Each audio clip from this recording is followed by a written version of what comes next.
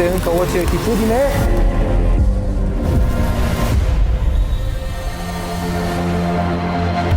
În acest moment s-a aprins fitilul.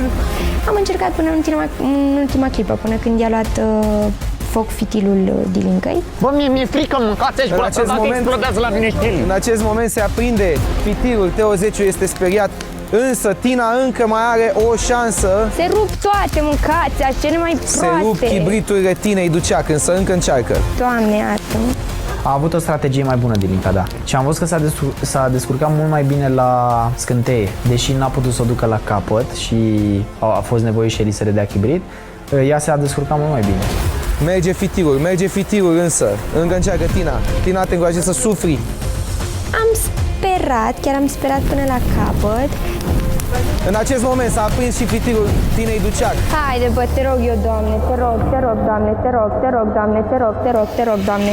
Că eu cred în Dumnezeu și cum le așează El. În acest moment pare că fitilul Dilincăi se apropie.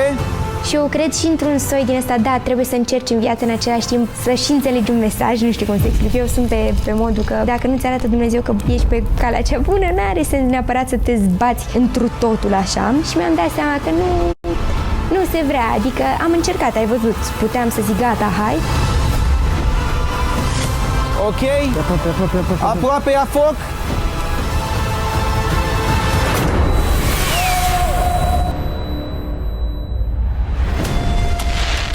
Așa i-a sfârșit duelul dintre Tina și Dilinca.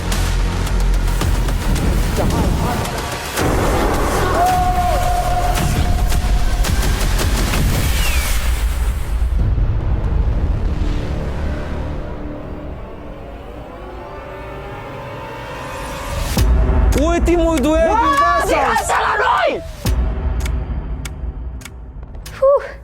Stai așa. Oare câștigătoare pe Dilinca? Aplauze pentru ea!